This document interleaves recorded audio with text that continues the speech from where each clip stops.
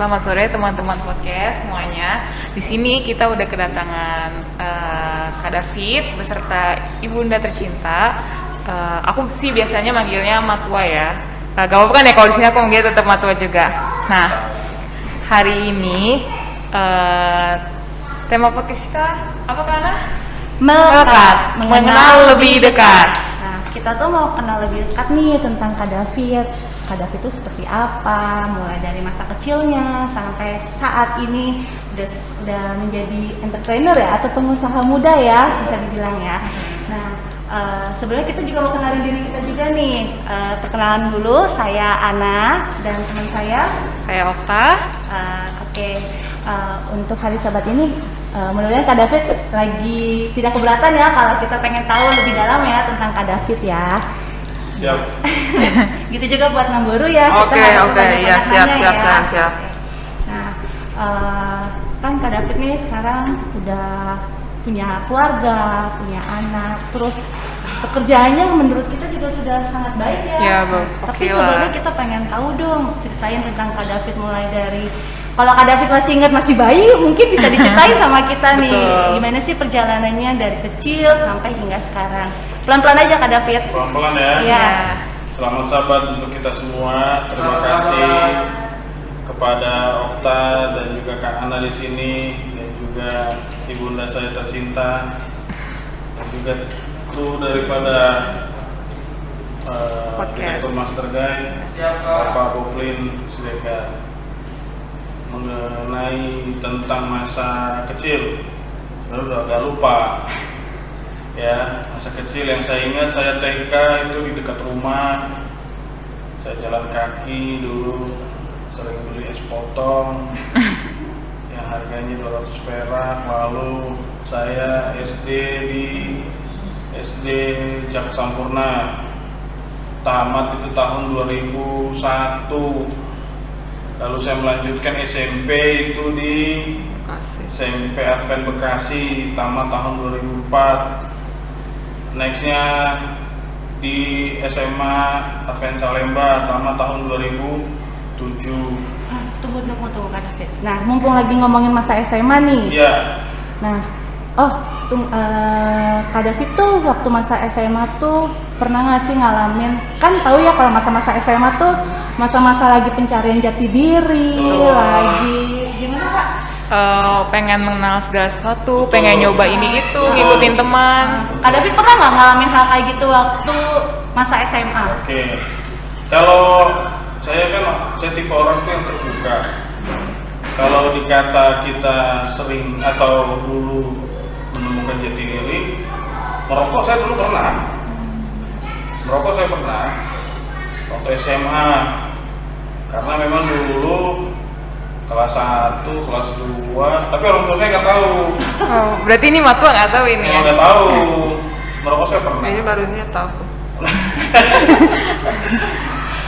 Merokok saya pernah, lalu dulu sering juga kita tawuran. Kalau dulu zaman-zamannya sering tawuran ya. Iya. Kebetulan ya namanya dulu kita pengen Jago-jagoan. ya kan, di depan orang, di depan khususnya anak cewek gitu kan. Dipikir kita ini kayak orang jagoan lah gitu kan. Nah, lalu singkat cerita, pernah juga saya itu di ditangkap mahasiswa, digebukin. Pernah dulu waktu SMA, itu kelas 2 SMP, kelas 2 SMA tuh. Kelas 2 SMA. Cuman itu jadi masa lalu yang inilah, yang mantep lah, jadi belajar lah gitu kan. Lalu tamat kelas 3, tidak pernah lagi tawuran, tidak pernah lagi merokok. Terus masuk ke UNAI, saya masuk di UNAI itu tahun 2007, selesai 2011. 4 tahun di UNAI, merokok juga pernah di UNAI. Jadi bukan, minum juga pernah. Jadi kehidupan di UNAI hanya berbeda di SMA bareng orang tua. Karena di UNAI tidak ada orang tua, jadi sedikit lebih bebas. Apalagi dulu di UNAI sering keluar asrama, melompat pagar dari gerbang. Nah, itu pernah tuh, sering malah. Apalagi kalau sudah malam minggu, pasti tuh jarang di kamar, ya. Lalu Tapi itu menjadi cerita di saat nanti atau di saat sekarang ini saya sudah berkeluarga. Kenapa? Supaya di keturunan saya selanjutnya jangan seperti saya. Singkat cerita, tamat dari UNAI 4 tahun.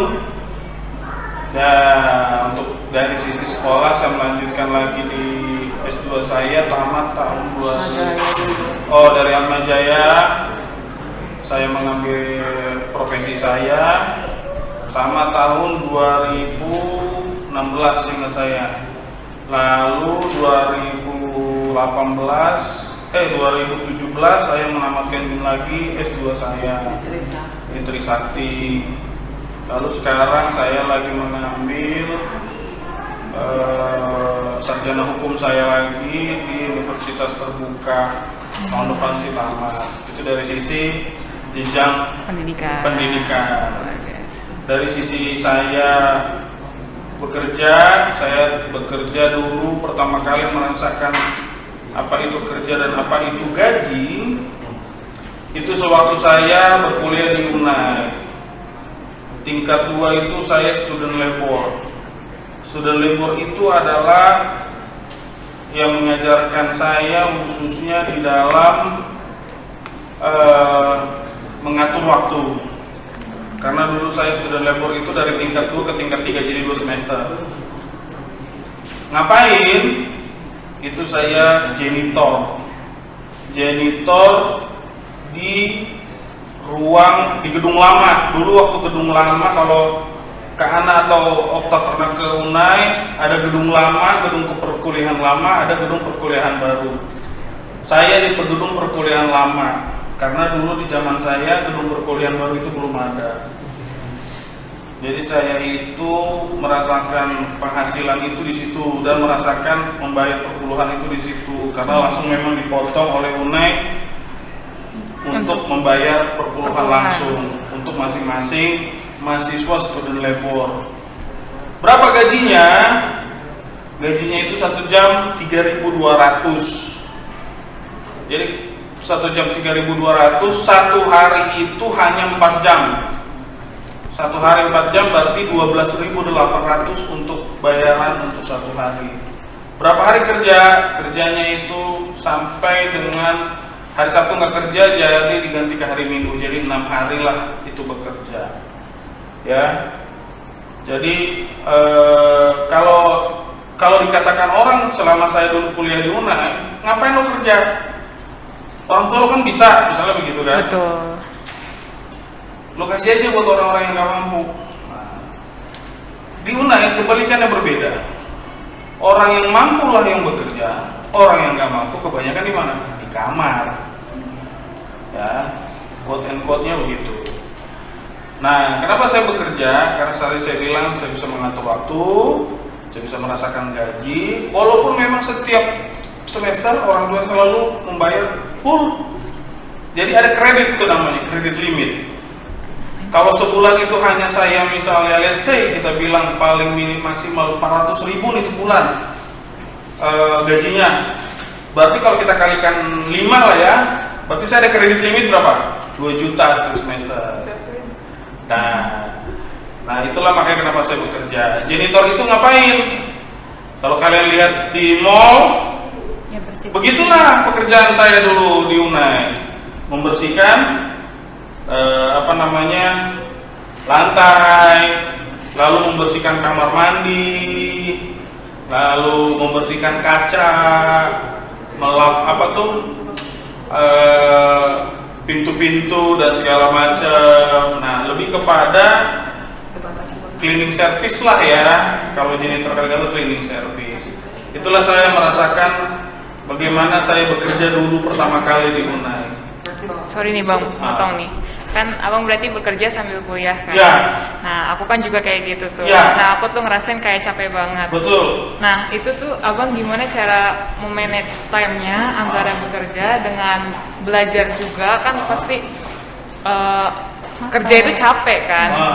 Apakah emang di bawah happy aja atau emang abang ya sesuai dengan moodnya aja gitu. Jadi kalau ya moodnya lagi bagus, oke, lanjut misalkan belajar dan lain-lain.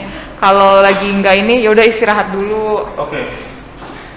Boleh saya jawab? Boleh. Izin jawab. Jadi kita mesti melihat sudut pandang yang berbeda di Unai dengan bekerja di Unai dengan kamu yang bekerja di luar.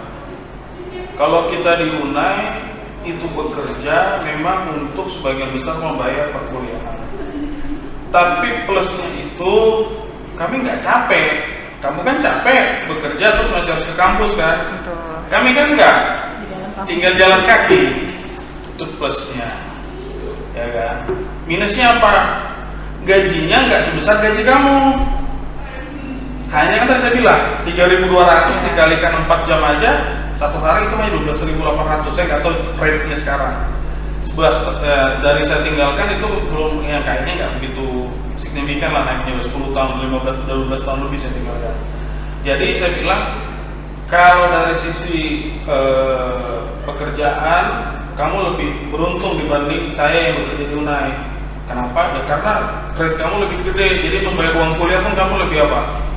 Lebih semangat dong, ya kan? Karena yang kamu terima setiap bulan, kamu dapat THR lagi kan? Saya nggak dapat THR. Gitu. Nah, untuk mengatur pekerjaan memang kalau dikatakan dulu zaman saya itu sebenarnya gini, dibilang mengatur dibilang kalian tahu lah ya, Unai itu adalah kampus kasih. Masuk saja nilai sudah B. Ya. Jadi kalau saya dulu sudah capek kerja, yang saya kerja itu saya jelaskan dulu ya runutnya. Saya kerja itu jam 4:30 pagi sampai jam 6:30 untuk karena ada yang kelas pagi. Oke.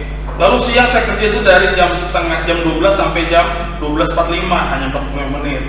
Karena jam 1 akan dipakai kelas. Lalu sore itu dari jam 5 sampai jam 6 sore barulah saya makan. Jadi di dalam termin waktu ini, tiga termin ini, 3 sesi ini, inilah waktu untuk makan juga.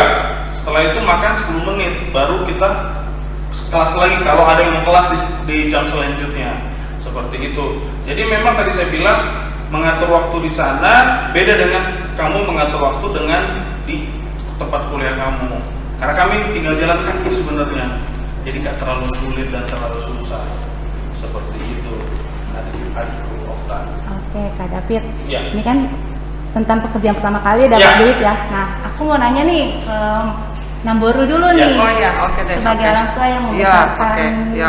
Kak David ya. Ya. Iya. Kan dia tadi cerita nih dari masa kecilnya sampai dia tadi kuliah ya. Iya, betul. David ini termasuk anak yang menyusahkan atau bandel atau cengeng seperti bagaimana ya, Namboru? Kalau saya ingat ya pengalaman saya dengan dia, dia memang waktu baru latih dia suka sakit-sakitan, ya umur sampai 5 tahun dia suka sakit, tapi sakitnya sih enggak sakit yang parah, hanya sakit demam, flu, diare. Ya gimana lah waktu bayi gitu ya. Nah, jadi emang waktu itu saya sempat panik juga. Ya namanya ibu muda ya yang baru punya anak. Jadi sampai umur 5 tahun itu dia sakit. Tapi setelah udah 5 tahun tuh sudah nggak pernah sakit lagi. Jadi dia sebenarnya bukan anak yang menyebalkan gitu loh. Bukan anak yang termasuk anak yang nakal gitu. Tapi ada pengalaman saya sama dia waktu main sama Pujo gitu kan, papahan, terus si apa Tarlin gitu kan. Iya, saya tahu. Iya, Covid, Sirian kan sempat itu kan. Nah, terus siapa lagi? Jonas ya? Jonas. Caleb. Nah, Caleb. Nah, mereka ini. Nah, jadi Saya kalau ingat itu, tapi mereka kan suka itu duduk-duduk di depan gitu ya, ada acara gereja tapi mereka duduk di depan itu. Nah saya kejar mereka, nggak tahu deh apa Bob masih ingat itu. Kebetulan saya masih guru anak-anak pada saat itu kan. Nah saya kejar mereka, saya iniin mereka supaya mereka tidak terpengaruh gitu ya. Nah tapi puji Tuhan, dari mereka yang berapa orang berteman itu ya semuanya sih baik-baik ya. Kalau soal rezeki atau kedudukan atau apa di kehidupan sehari-hari mereka saat ini, ya Tuhan yang ngatur. Tapi memang mereka nggak termasuk orang yang nakal lah, nggak tidak menyusahkan lah gitu. Dan mereka memang dulu nggak kayak anak sekarang kan. Kalau anak sekarang kan jalan sana jalan sini, dulu sih enggak ya. Saya ingat saya itu dulu mereka itu ya, mereka lama sih ingat kali waktu saya masih guru anak-anak pada saat itu. Ya itu Pernah nggak sih ngerasa kecewa gitu atas apa yang pernah David lakuin? Maksudnya kok anak saya tidak sesuai cita-cita yang saya pengen. Ekspektasi. Iya, ekspektasinya tidak sesuai dengan yang diharapkan. Pernah nggak ngerasa? oh cita-citanya. Entah cita-cita atau sesuatu hal yang sebenarnya yang baru pengen mengharapkan sesuatu dari David, ternyata David tidak menjalankan itu. Oh, Pernah nggak itu. merasa kecewa? Saya pernah juga kecewa pada saat itu. Ya waktu mau masuk, setelah masuk SMA aja ya, lulus SMA, saya kecewa. Saya waktu itu dia ingin kuliah di Trisakti kan. Trisakti, aku nggak mau di Unai itu kan. Aku harus di Trisakti. Nanti kalau saya di Trisakti beli motor yang gede, saya mau naik motor gitu kan. Saya mau naik motor gitu.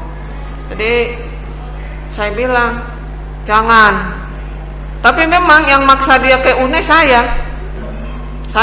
yang bilang dia ke Unai. Jadi dia nggak suka tadinya ke Unai. Jadi tapi saya berdoa sama Tuhan, aku mohon, karena teman-temannya juga banyak di Unai, satu angkatan dari Salemba. Dia harus di Unai. Nah, akhirnya 3 hari mau penutupan pendaftaran, mungkin Tuhan jawab doa saya. Ya sudah aku di Unai saja. Dia masuklah ke Unai pada itu. Emang agak kecewa pada saat itu, karena dia juga sering juga sih ya pakai celana yang komprang ya, di bawah itu lebar ya. Dia suka itu dulu. Terus minum apa itu, makan KFC tuh, aku kan nggak suka gitu kan. Ya sering juga sih, namanya orang muda ya, sering juga. Tapi ya aku bawa aja dalam doa. Tapi ya puji Tuhan, dia mau ke Unai, lulus dari. Tapi yang dia ceritakan tadi, yang bahwa dia pernah merokok atau pernah, saya nggak tahu ya. Tapi ada satu perempuan suka nelfon saya di Bandung, ini saudara.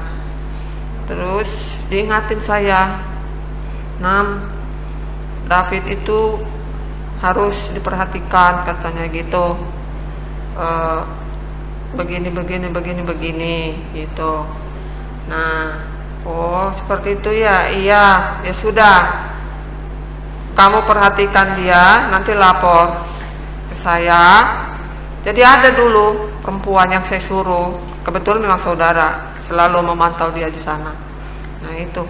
Tapi yang waktu dia bilang merokok atau minum itu saya nggak tahu, baru ini saya tahu. Dan dimarahin sama guru ya. Iya. Kalau udah lewat, Pengalaman ya.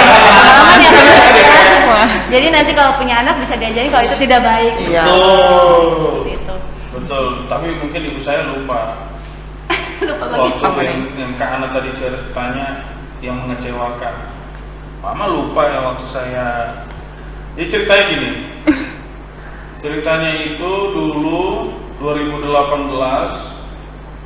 saya terakhir kali berkantor sebelum saya membuka usaha. Oh iya entar. Aku aja yang cerita. Emang saya kecewa, itu kecewa juga saya. Waktu itu dia setelah selesai kuliah dari UNAI, ambil profesi di Atmajaya dan ambil S2 di Trisakti. Terus dia bekerja ya di perusahaan, dan memang waktu itu setiap dia melamar pekerjaan itu jarang yang nggak terima. Dia diterima terus. Bisa seminggu itu 3 perusahaan terima dia. Ya tapi namanya gaji pertama itu kan awal itu kan standarnya kan ada gitu kan. Nah lalu dia bilang enggak aku nggak mau lagi kerja. Aku disuruh-suruh terus gitu kan. Nah aku diiniin terus sama bos-bos itu. Aku nggak mau jadi yang ini. Nah terus saya bilang, terus mau apa? Aku mau buka usaha gitu kan. Usaha apa? Ya pokoknya aku mau buka usaha gitu. Jangan Pit, padahal cita-citaku dia kerja di perusahaan manajer kan, karena memang pada saat itu kan memang orang-orang kan seperti itu dulu, jadi orang admin kan. Nah, kamu nggak bisa, kamu harus buka ini. Enggak, aku mau buka usaha. Di situ saya kecewa, memang kecewa banget saya. Nah, padahal nah itulah. Padahal di situ ibu saya lupa kan. Jadi saya itu resign itu bulan 2 2018. Saya merit itu bulan 5 2018. Orang namanya baru buka usaha berarti kan masih begini-begini kan. Ya, ibu saya bilang, lu mau kasih makan apa anak lu nanti? Iya, betul. Saya sempat 2 minggu nggak ngomong, tapi saya bersikukuh saya harus buka. Saya harus berusaha. Apapun itu kejadiannya. Pokoknya bayarin uang merit saya. Karena memang yang membayar uang merit itu ya orang tua saya. Jujur aja saya. Jadi di situ saya memang tidak ngomongan sama ibu saya, tapi ayah saya mendukung. Ya, mendukung. Jadi 2 orang yang berbeda. Waktu itu kami masih satu rumah, tapi berbeda pendapat. Karena pemikiran ibu saya itu saya harus menjadi manajer kayak si A, si B, si C. Saya selalu dijadikan orang lain selalu dijadikan contoh supaya saya bisa mengikuti seperti itu. Tetapi saya tidak bisa seperti itu. Jujur saya itu tidak pernah merasakan, ini saya terbuka ya. Saya hanya bergaji dulu pertama sampai terakhir saya bekerja 2018 bulan 2 gaji saya hanya 6 juta. Jabatan terakhir saya hanya asisten manajer. Ya. Tapi puji Tuhan saya sekarang sudah bisa menggaji orang. Expert saya 12 juta satu bulan. Tapi saya nggak pernah merasakan gaji 12 juta. Lebih dari 6 juta pun saya nggak pernah. Itulah saya bilang tadi, saya membuktikan proses. Karena tidak pernah ada yang bisa membuka begini langsung jadi bagus. Semua itu by the process. Jadi maka tadi saya bilang itu kekecewaan ibu saya karena saya tidak bisa menjadi apa yang dia mau. Tetapi ibu saya sudah melihat apa yang saya lakukan. Itu jadi poinnya. Jadi tadi saya sampaikan memang terkadang sampai sekarang pun kami kadang-kadang sering berbeda pendapat. Ya kan? Karena memang karena orang tua masih hidup wajar saya meminta pendapat. Tapi tipikal saya minta pendapat kalau memang itu tidak sesuai, saya ngikutin jalannya saya. Kenapa? Karena saya yang menjalani, at the end saya ada yang salah atau ada resiko di depan saya, harus saya tanggulangi sendiri. Nanti kalau saya ikutin saran orang tua, totalnya resikonya ada juga. Saya nggak mungkin dong marah-marah ke orang tua saya, ya kan? Gara-gara lu nih mak, gue jadi begini, nggak mungkin dong. Nah, poinnya adalah kita menjalani kehidupan menjalani apa yang kita mau, harus kita siap terhadap resikonya dan tanggung jawab yang harus kita jalani. Seperti itu singkat. Nah, Nambaru sendiri sekarang dengan masanya David nih, udah sekarang nih punya anak 2. Udah kayaknya bahagia banget lah ya, udah keluarga, udah lengkap banget ya orangnya. Ya, usahanya, puji Tuhan. Usahanya bagus. Masih kecewa atau Masih. Saya kecewa sih, sudah nggak kecewa, cuman yang saya belum dia ini sekarang ya memang karena pekerjaan ya, aku minta ke dia ya terbuka aja, jangan terlalu lama pulang gitu aja. Aktivitasnya boleh dibagi buat istri, anak ya. Ya, betul. Itu betul sekali kan, supaya semuanya terpenuhi. Kalaupun kita mengumpulkan banyak uang, kalau kita kurang sehat, kurang ini di rumah, ya untuk apa? Itu yang permintaan saya saat ini. ya, mungkin kadang Nah, itu. bisa ambil ya nilai positifnya ya, Pak, ya. Itu yang saya minta gitu. Jadi gini, jadi sorry saya potong Gak apa-apa. ibuku.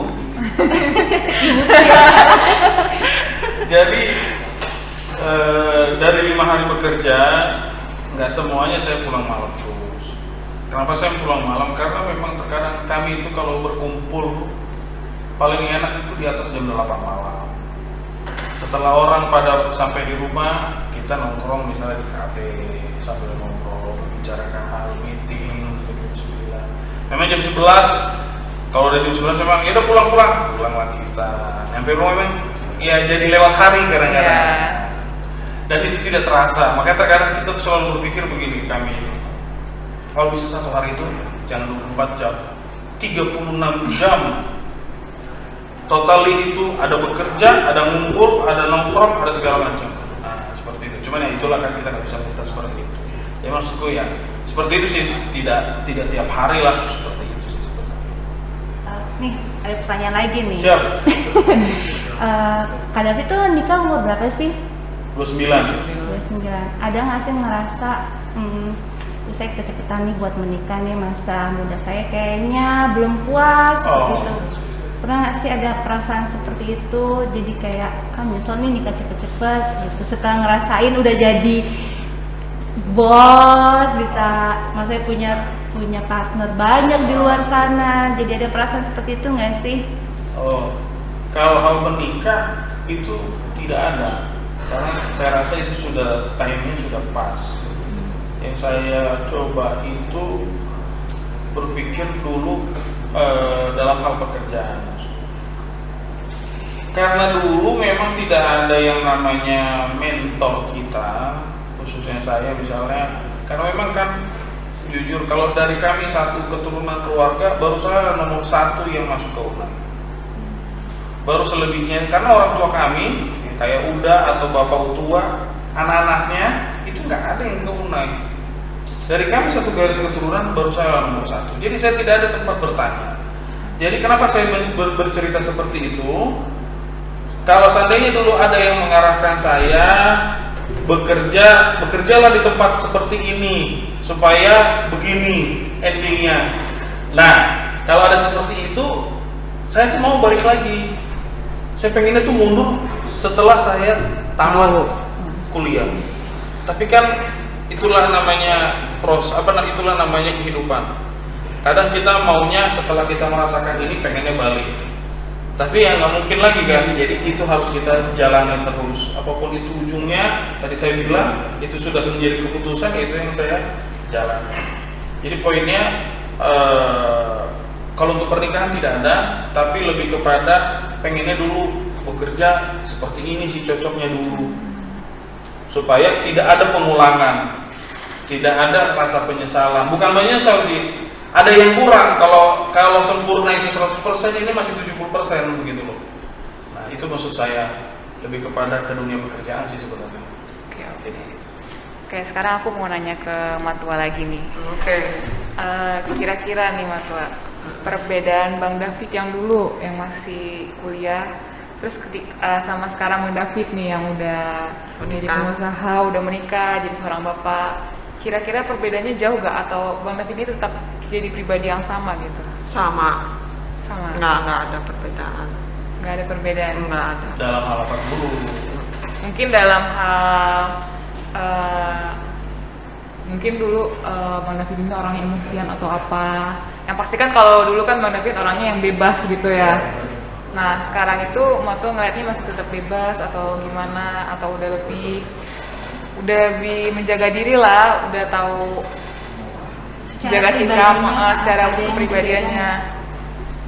Ya kalau saya lihat sih masih sama aja, saya lihat waktu masa mudanya masih suka bebas gitu sampai sekarang itu.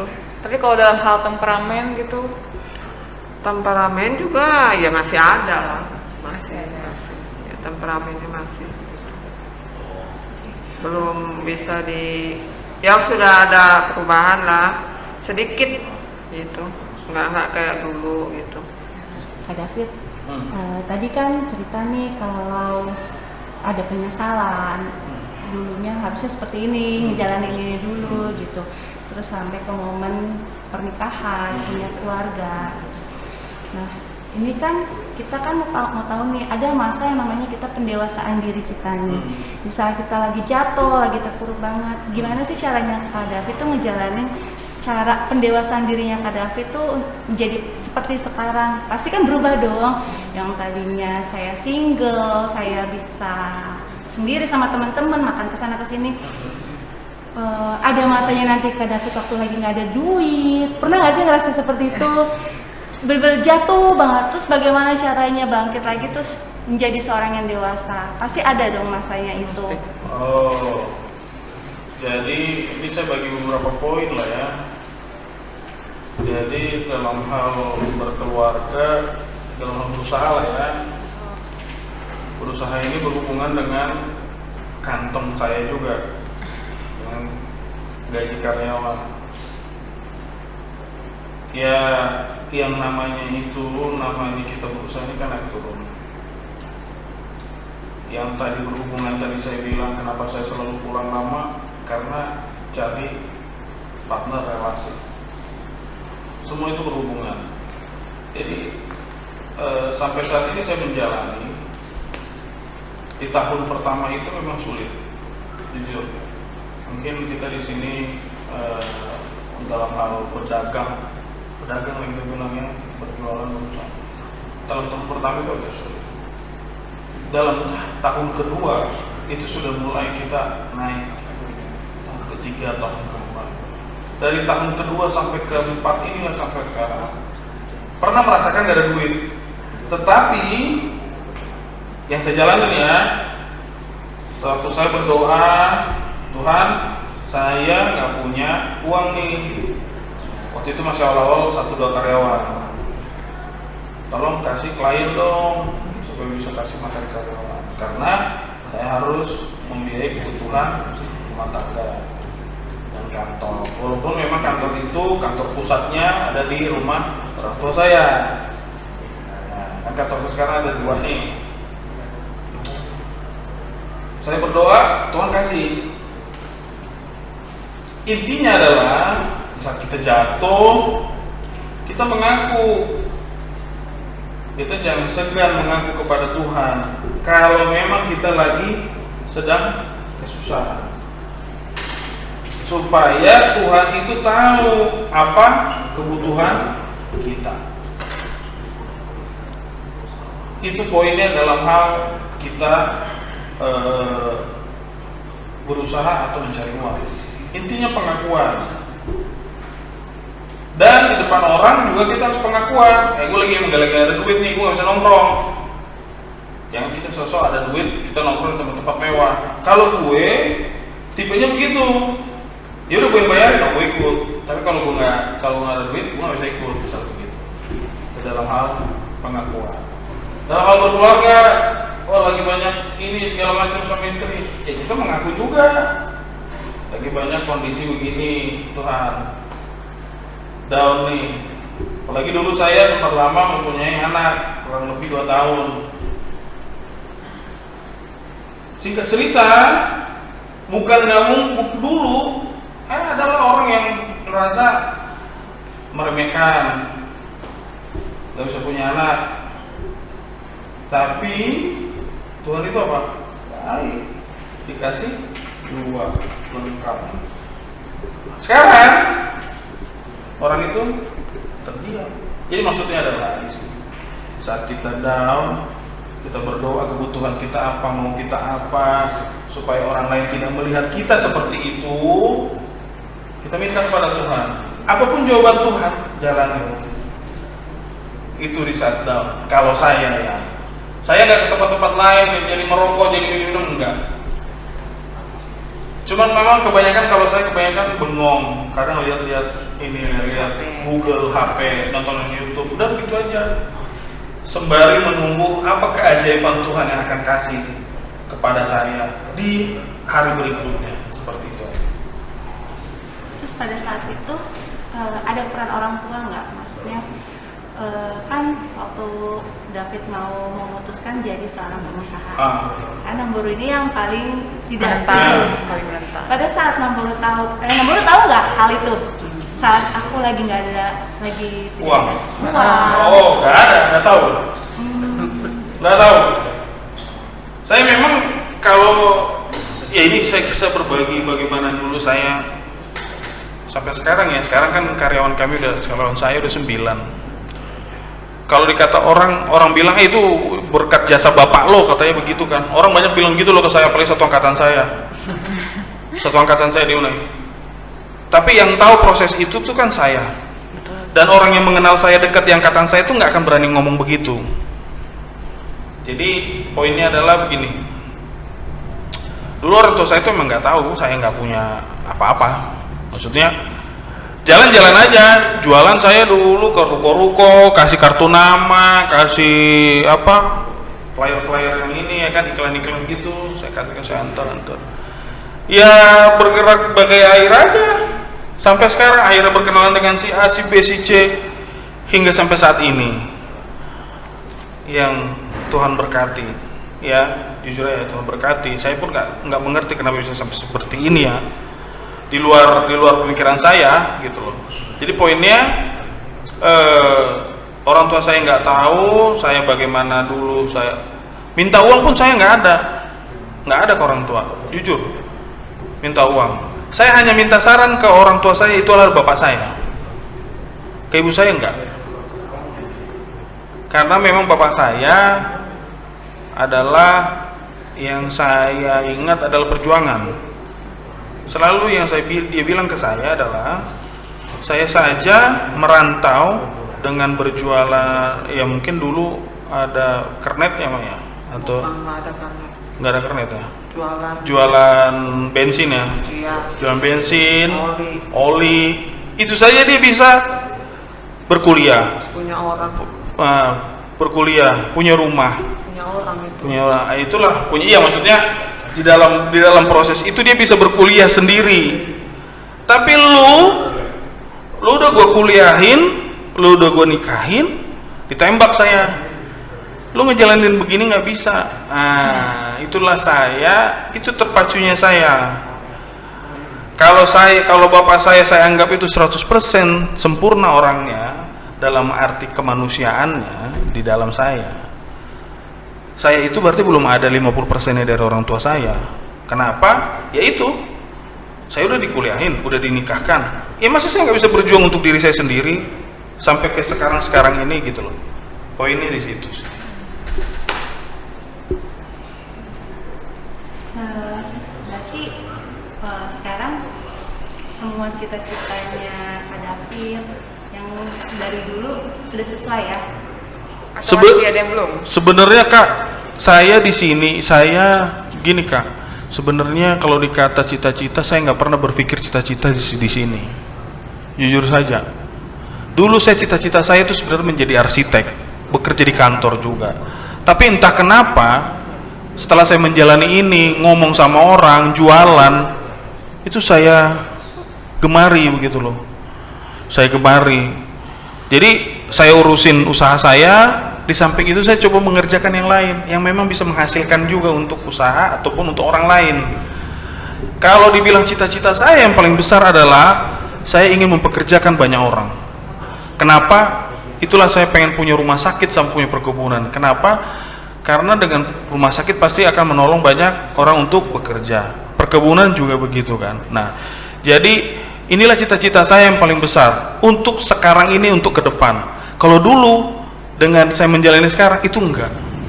Ini bukan cita-cita saya. Enggak kepikiran sampai segini. Enggak kepikiran. Tapi kalau sekarang saya menjalani ini, cita-cita saya ke depan, itulah cita-cita saya. Yang memang saya pengen saya ciptakan, tapi yang saya rasa saya pasti bisa. Cuman kapannya itu proses. Saya nggak mau memaksakan yang di atas sesuai dengan kehendak saya, begitu. Berjalan lah ya. Siap, Berjalan. betul. Oke. Saya nggak tahu nih sosok siapa sih yang sebenarnya Kak David mau contoh, sosok dari mama kah atau dari papa kah, atau ada orang dari keluarga atau dari orang jemaat gereja yang sebenarnya sosok yang pengen Kak David tuh contoh. Istilahnya kalau sekarang role model Ya, lah. Role model. Kalau bicara role model, saya ambil sebagian. Di dalam perjuangan saya ambil bapak saya. Di dalam perhatian terhadap keluarga saya ambil ibu saya. Di dalam perjuangan untuk mengembangkan usaha ada seorang mungkin yang kalian tahu, Menteri Investasi kita, Bahlil Lahadalia, mantan ketua umum kami di HIPMI. Nanti kalian cari Bahlil Lahadalia, kalian dengar ceritanya dia mengembangkan usahanya itu dari anak kampung. Nah, itu role model saya sekarang, bagaimana supaya bisa bertahan dalam usaha, mengembangkan usaha, bersosial dengan orang, mencari peluang dan segala macam. Nah, kalau untuk keluarga saya ikuti orang tua saya supaya bisa mengayomi saudara-saudara yang lain, adik-adiknya, abang-abangnya, seperti itu. Jadi enggak melulu satu orang, enggak. Saya ambil yang baiknya si A, saya ambil yang baiknya si B, saya ambil yang baiknya si C. Begitu. Karena tiap orang beda-beda nih poinnya nih. Enggak bisa saya ambil 100%-nya atau 90%-nya, enggak. Kalau dari sisi saya seperti itu. Satu lagi nih mau nanya. Kan tadi banyak nih yang omongan miringnya tentang Kak David nih. Kamu mah usahanya dari bapak kamu. Kamu mah kayaknya dari bapak kamu. Pasti seperti omongan gitu ya. Betul. Kak David tuh nyerap itu semua kata-kata ke hatinya Kak David, atau sudahlah berlalulah itu, nanti juga seperti apa gitu, maksudnya Kak David tuh tipe yang pendendam atau yang tetap atau ya sudahlah nanti juga seiring waktu. Jadi gini, saya mengambil point of view-nya di sini. Kalau dari sisi saya ada orang yang seperti nyinyir lah kita bilang ya, zaman sekarang ini.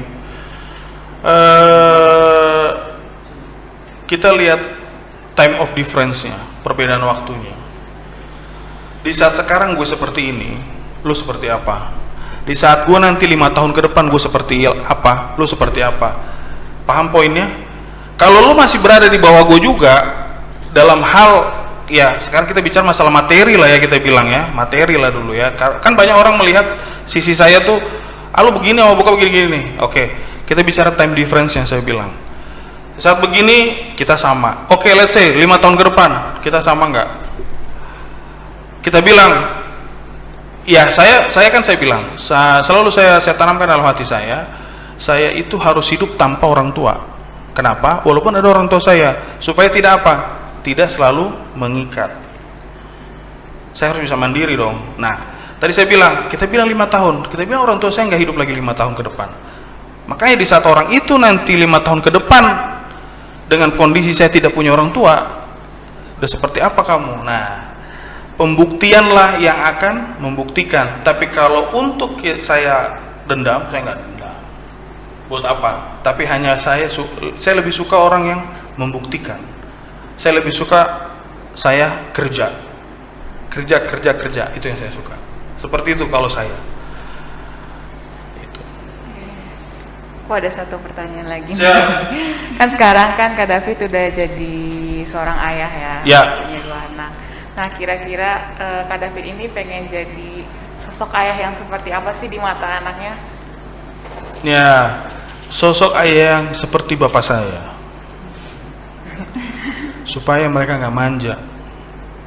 Jadi, Mama gitu dong. iya Pak. Tetap ibu yang berjasa, Pak. Iya. Iya. Jadi jadi perlu kalian tahu ya. Ini saya sudah bilang sama istri saya nih ya. Iya cerita nih saya. Supaya anak-anak kita nggak manja. Di saat nanti mereka SD, kita harus suruh mereka jualan. Dengan hal berjualan itulah kita bilang kita orang yang diberkati Tuhan. Semua ada, kita bilang begitulah ya. Itu harapan kita, bisa bantu banyak orang. Di saat mereka bersekolah nanti, supaya tidak ada jarak antara teman-temannya, mau yang di atas posisinya, mau yang di bawah posisinya, kita suruh mereka jualan. Karena apa? Karena dengan berjualanlah orang itu, anak itu akan merasa apa? Merasa sama dengan teman-temannya. Kenapa saya berpikir seperti itu? Itulah yang dilakukan tadi saya bilang oleh Bapak Menteri itu, Bahlil Lahadalia itu, anaknya disuruh jualan, padahal dia bapaknya seorang pengusaha sukses, sekarang jadi menteri, apalagi yang nggak ada, semua ada.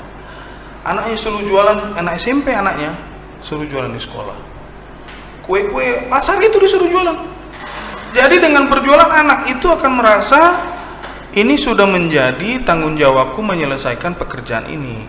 Walaupun memang kerjaannya sekolah, tapi dengan dia berjualan, dia akan melihat secara kondisi aku ada, tapi bapakku nggak mau mengajarkan ini.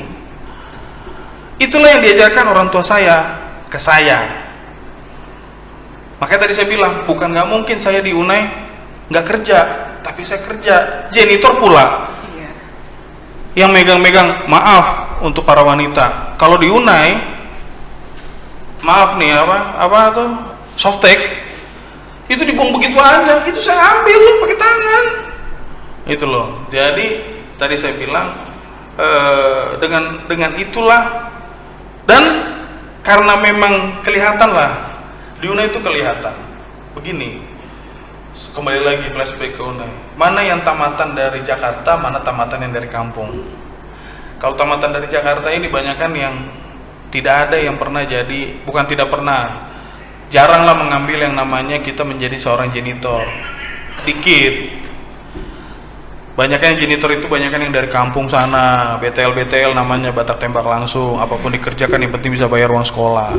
Nah, ini janitor ini juga kisahnya dulu kenapa bisa saya diterima itu saya juga nggak ngerti. Ini bener-bener memang Tuhan mengajarkan seperti itu, merendahkan hati lah, begitu kan? Nah itulah ceritanya, begitu. Ini masih dalam versi merawat, mengajarkan anak. Lagi kan anak sekarang itu Ya. bisa dibilang anak milenial. Ya. Beda dong waktu Kak David masih dalam dirawat sama orang tua. Iya kan beda cara pengajarannya. Ya. Gitu. Akankah nanti Kak David ikutin proses seperti waktu orang tua merawat David yang bisa mungkin ada otoriter ya pengen harus ini gitu, atau David akan lebih fleksibel nantinya ke anak-anak? Oh, kalau itu inilah kadang juga saya dalam mengajar anak agak bingung. Kenapa? Zaman sekarang kan ya handphone. Anak saya umur 1 tahun tuh udah saya kasih handphone 1. Nomor HP-nya, nomor HP saya 0818270789. Itu ulang tahun saya.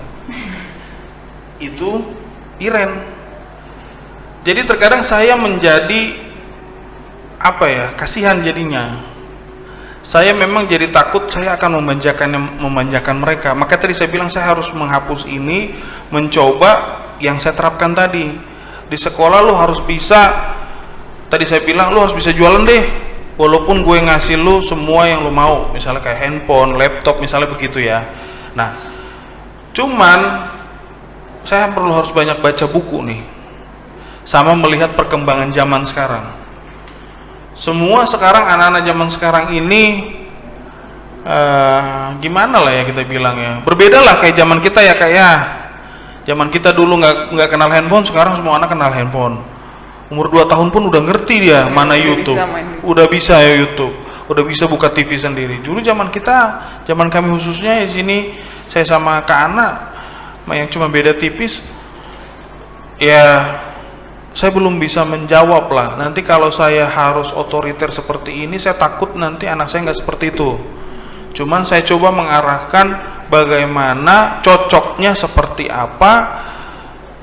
Ya saya juga masih, kalau dari sisi saya sebagai orang tua, saya masih harus banyak melihat sisi menyamakan antara perkembangan zaman dengan ajaran orang tua saya dulu.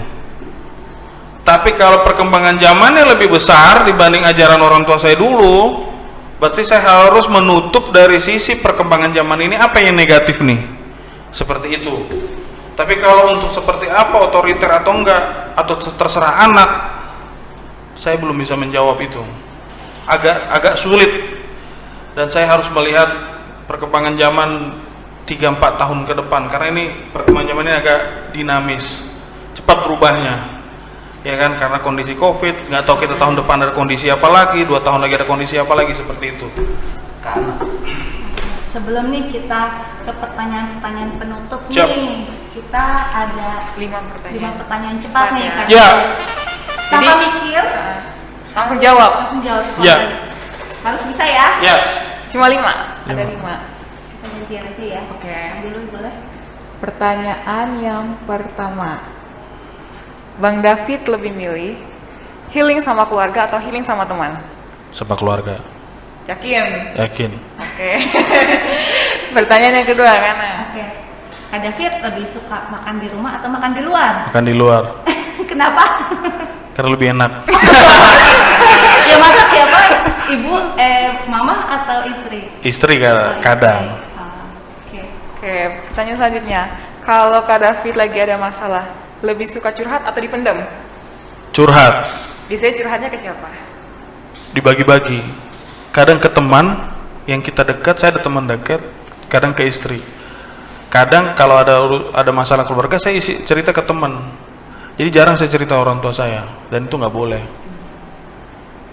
Itu saya blok orang tua saya, itu urusan saya. Tapi kalau teman kan bukan, ini kan eksternal kita kan. Nah itu. Pertanyaan keempat ya. Langsung jawab ya. Ya. Kak David paling nggak suka Kalau saya diremehkan. Oh. Ini sesuai sih sama tadi yang diceritain. tadi. Iya. Dari Saya nggak suka sebenarnya. diremehkan. Oke. Pertanyaan yang terakhir nih. Ini harus jawab cepet banget ini. Iya. Oke. Kak David lebih pilih mama atau papa? Bapak. Waduh. Semoga nanti setelah podcast ini jangan berantem ya. Jangan ada kesenjangan antara anggota keluarga. Alasannya nih, kenapa nih? Kenapa? Kalau dibilang kenapa, ya kan kalau kata orang kan anak laki-laki biasanya dekat sama mama. Dekat sih dekat. Tapi kalau di saat kita berdiskusi, kayak tadi saya bilang ada jawaban yang berbeda. Terkadang jawaban saya itu lebih dekat dengan jawaban ayah dibanding jawaban ibu. Entah kenapa, oh sama nih sebenarnya nih, poinnya ujungnya sama ke sini juga. Tapi kenapa gua harus ke sini dulu baru ke sini ya? Nah, kalau jawaban itu ibu enggak, ini enggak ada di sini, jawabannya di sini. Ya, itu berbeda. Walaupun memang tadi saya bilang jawaban ayah itu langsung ke tujuan, cuman jawaban saya harus lewatin sini dulu baru ke sini. Ujungnya sama. Poinnya tahu ya, intinya ujungnya sama. Itulah saya lebih suka ke ayah saya kalau saya diskusi. Seperti itu. Ada tanggapan dari Namboru, maksudnya tentang keterdekatan, maksudnya Namboru juga ngerasa lebih dekat ke David atau ke Monas? Kalau soal dekat sih sama-sama ya, sama ke dia juga dekat, ke mama juga sangat dekat. Dan memang saya juga memang saya akui sih kalau sama dia suka bentrok gitu ya, suka. Memang dari awal juga waktu buka usaha memang saya sudah nggak begitu suka gitu kan. Nah saya memang kerjaan ini sampai sekarang juga saya ini masih bentrok, suka bentrok sama dia gitu, suka bentrok itu kalau sama dia. Ya sama Mona ya namanya perempuan kali ya, lebih dekat sama mamanya, dan dia pun masih mau nerima apa yang kita inikan gitu. Saya suka memang bentrok sama dia, ya terhadap keluarga dari istri atau keluarga ini gitu. Jadi aku nggak suka dari sana diceritain, dibawa cerita dari sana dikasih tahu ke saya tidak suka. Kalaupun ada masalah di pihak lain jangan kasih tahu ke saya.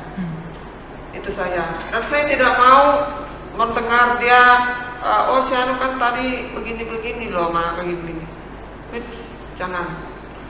Cukup di kita aja ceritain. Kalau yang lain jangan bawa ke saya. Itu saya memang suka bentrok dengan dia. Itu jelas. Saya nggak mau itu. Oke, ini pertanyaan terakhir untuk Matua ya. Kira-kira apa harapan Matua untuk Bang David ke depannya? Harapan saya ke David itu jadilah menjadi bapak yang baik, bapak yang bijaksana, menyayangi istri dan anak-anaknya, dan teguh di dalam Tuhan. Dan saya selalu meminta petunjuk dari Tuhan. Satu firman Tuhan yang tidak pernah saya lupakan dan selalu itu saya sebutkan setiap saya berdoa, yaitu yang tertulis dalam 3 Yohanes 1:4. Bagiku tidak ada sukacita yang lebih besar daripada mendengar bahwa anak-anakku hidup dalam kebenaran. Itu saja. Amin.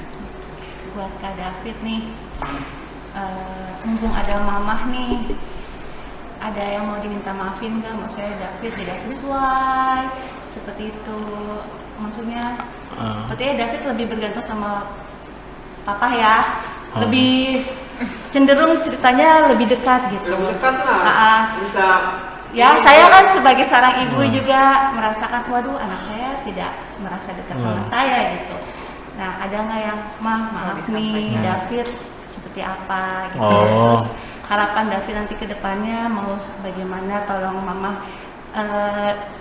apa butuh doa atau apa seperti itu, pesan-pesan buat kedua orang tua, buat mama terlebih mumpung mamanya ada di sini.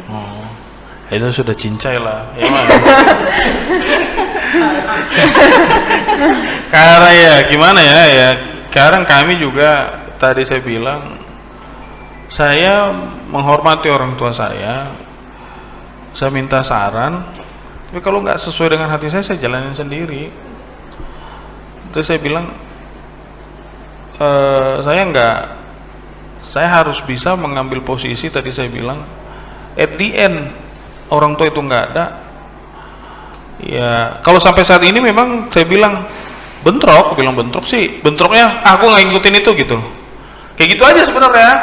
Cuman kalau komunikasi tetap jalan, itu kayaknya nggak cocok sarannya, ya udah gue jalanin jalan gue sendiri ya. Cuman kalau sampai saat ini sih kita nggak ada permasalahan yang memang besar, itu nggak ada. Yang memang kita rasa seperti ada jarak antara ibu dan anak, ayah dan anak, itu nggak ada. Cuman kenapa saya bilang begitu? Karena supaya saya bisa mandiri dengan apa yang saya tanggung jawabi. Dengan hal itulah saya merasa tidak ada jarak antara kami. Dengan itu juga saya merasa saya harus mengambil jalan itu.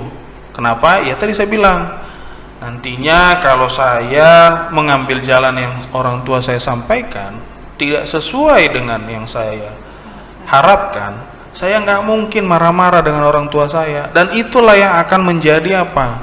Bom waktu untuk menjadi jarak antara ibu dan anak, ayah dan anak. Tapi kalau saya mengambil jalan sendiri, saran saya sendiri, doa saya pada Tuhan sendiri, itu yang saya jalani, ya udah jalani saja seperti itu. Sampai saat ini tidak ada masalah di antara kami. Kami hanya saya minta saran, orang tua nggak cocok dengan saya, ya udah clear gitu aja. Iya.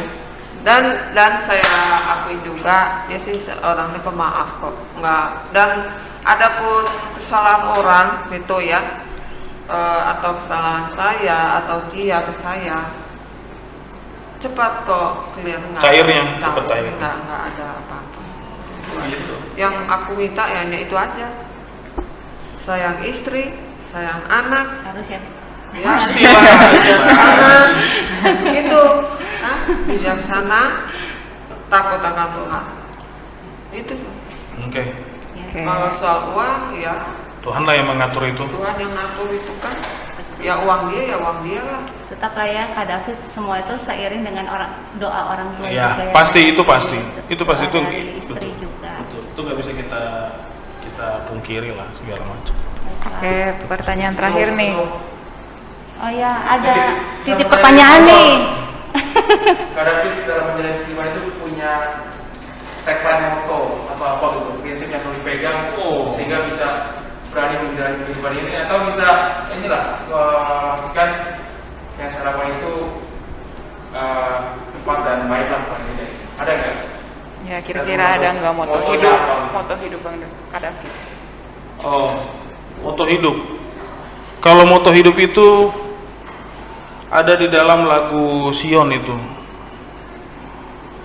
Saya baru sahabat depan lah kami nyanyikan itu. Oh, Moto hidup itu jadi saya menjalani kehidupan ya. Karena sekarang masih sama orang tua, jadi saya merasa masih ada yang nge-backup. Saya selalu beranggapan jangan ada orang tua. Itu selalu saya tuh. Sehingga saya harus mandiri. Iya, paham. Kalau itu mau pasti.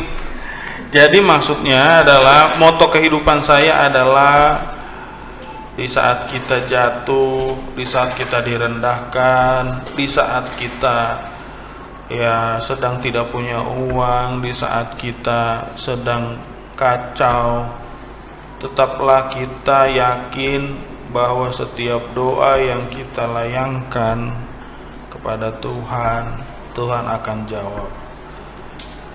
Jadi kalau dikatakan tadi saya bilang down di saat orang ngomong apa tentang saya, orang bilang saya lama punya anak, semua itu Tuhan sudah punya jalannya masing-masing. Kenapa sampai sekarang saya menjalani itu? Di saat saya banyak berdoa, saya nangis kadang-kadang saat saya bawa mobil.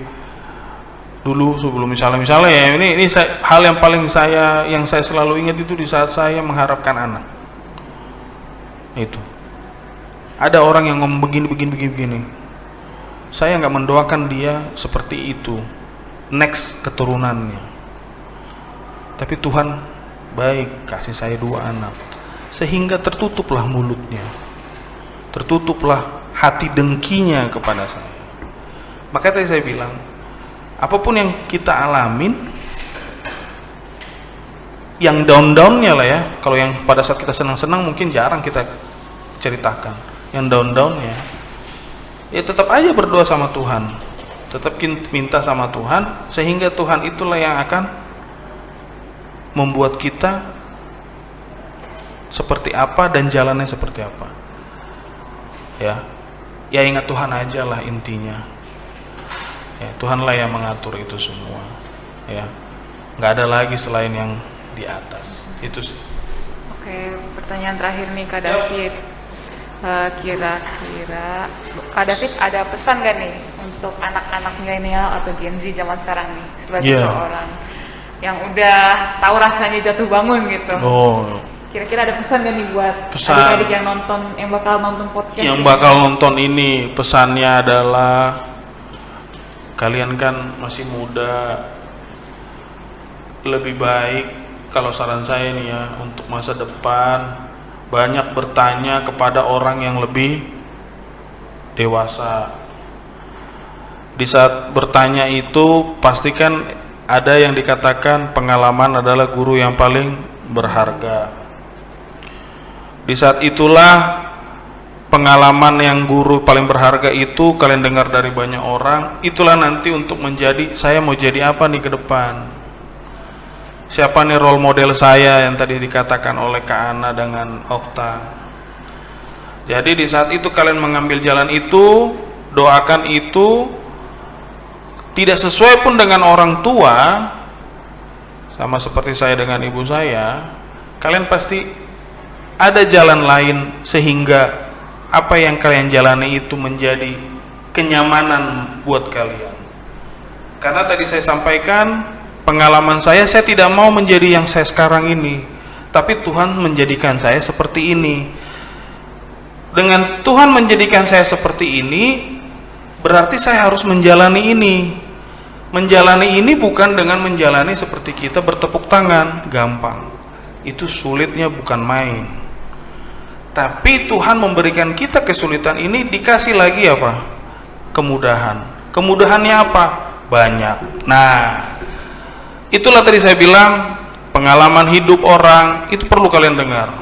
Pengalaman hidup dari YouTube itu perlu kalian dengar. Baca buku biografi itu perlu kalian baca supaya kalian tahu apa arah kalian tuh mau jadi apa. Kalau nggak sesuai dengan orang tua, jalanin aja.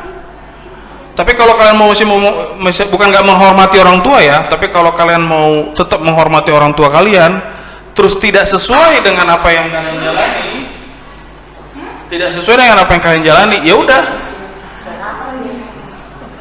jalani saja seperti itu. Begitu, ya. Oke, terima kasih Kak David. Banyak banget ya informasi yang kita dapetin ya. Siap. Kisahnya sangat inspiratif. Terima kasih juga buat Nang Guru sudah mau berbagi juga. Mungkin juga nanti buat teman-teman selanjutnya, semoga apa yang didengar saat ini bisa kita jalanin nanti untuk masa depan ke selanjutnya. Amin. Terima kasih. Kita tutup untuk hari Sabat sore ini. Bye. Bye.